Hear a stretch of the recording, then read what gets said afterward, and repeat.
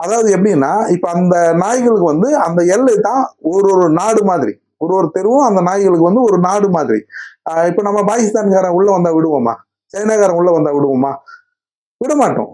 ஏன்னா, நம்ம எல்லையை காக்க வேண்டிய கடமை நமக்கு ராணுவத்துக்கு இருக்கு. அதே மாதிரிதான் இவங்க வந்து ஒரு ராணுவத்து மாதிரிதான். அந்த எல்லைக்குள்ள, அந்த எல்லைக்கு அப்பாற்பட்ட மனிதர்கள் வந்தாலும் விடாது. அந்த எல்லைக்கு அப்பாற்பட்ட நாய்கள் வந்தாலும் விடாது. அதே மாதிரிதான் இந்த நாய்கள் அந்த எல்லைக்கு போறதுக்கும் அந்த நாய்கள் விடாது. தன்னோட எல்லையா நினைச்சு, தன்னோட இதா வச்சு, தன்னுடைய பூமியா நினைச்சு, தன்னோட மண்ணா நினைச்சுதான் ஒவ்வொரு நாயும் அந்த தெருவுக்குள்ள வாழ்ந்துட்டு இருக்காங்க.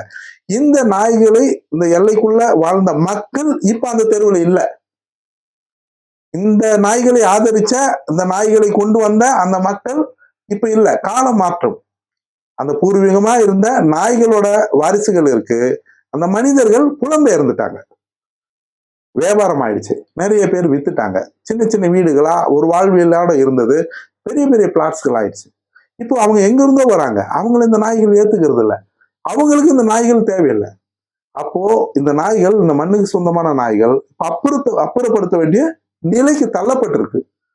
பிரச்சனை இங்கதான் இருக்கு. அதே அந்த மண்ணுக்கு சொந்தமானவங்க, அந்த தெருவுக்கு சொந்தமானவங்கன்னா நிச்சயமா நீங்க அந்த நாயை வெளியே போக விடவே மாட்டாங்க. நீங்க பெரும்பாலான இடங்கள்ல கால மாற்றத்துல, உலகமயமாக்கல்ல மனிதர்களோட நிலை மாறிடுச்சு.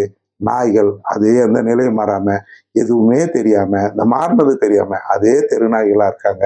அந்த தெருநாய்களை அந்த ராணுவ வீரன் மாதிரி இருக்கக்கூடிய, அந்த எல்லையை பாதுகாக்கக்கூடிய ஒரு ராணுவ அமைப்பை தான் அப்புறப்படுத்தணும்னு அரசாங்கம் நினைக்குது.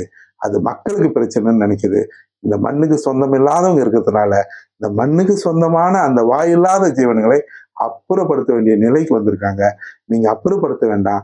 கருத்தடை பண்ணி ஏற்கனவே பாதுகாக்கப்பட்டிருக்கிற அந்த நாய்கள் பாதி வயசு முடிஞ்சிருச்சு.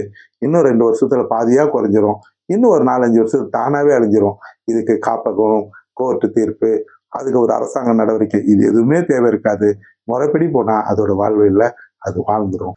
இப்போ நான் வந்து தொடர்ந்து இந்த நாய்களுக்கான சேவைகள், அவங்களுக்கான பசி ஆத்துறது, அவங்களுக்கான மருத்துவம், இந்த 200 நாய்களுக்கு நான் பார்க்குற நாய்களுக்கு மருத்துவம் பார்க்கறது, கருத்தடை பண்றது, இப்படி நிறைய தேவைகளும் செய்ய வேண்டிய நிலைகள் இருக்கிறதுனால தொடர் தேவைகள் இருந்துட்டே இருக்கு.